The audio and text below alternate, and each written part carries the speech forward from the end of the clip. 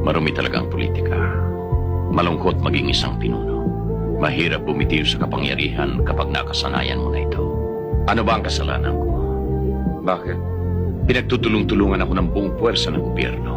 Pinalis ako sa pwesto dahil sa pag-iba ko ng partido. Nasaan ang katarungan doon? Hindi pa ba sapat na katunayan ang pagdagsa dito ng mga taong bayan para suportahan ako? Hindi ba tama lang na ang tinig ng bayan ang dapat nilang pakinggan? At hindi inggit, pag-iimbot o kasakiman sa kapangyarihan ang dapat nilang pairalin. Hindi ko alam kung ano mangyayari kaano, pero magsisinungaling ako sa iyo kung hindi ko aminin na natatakot din ako. Pero kailangan harapin ko.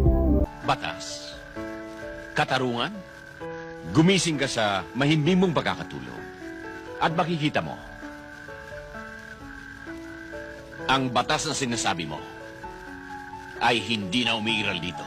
Where do you go? Where do you stay? I've made up my mind that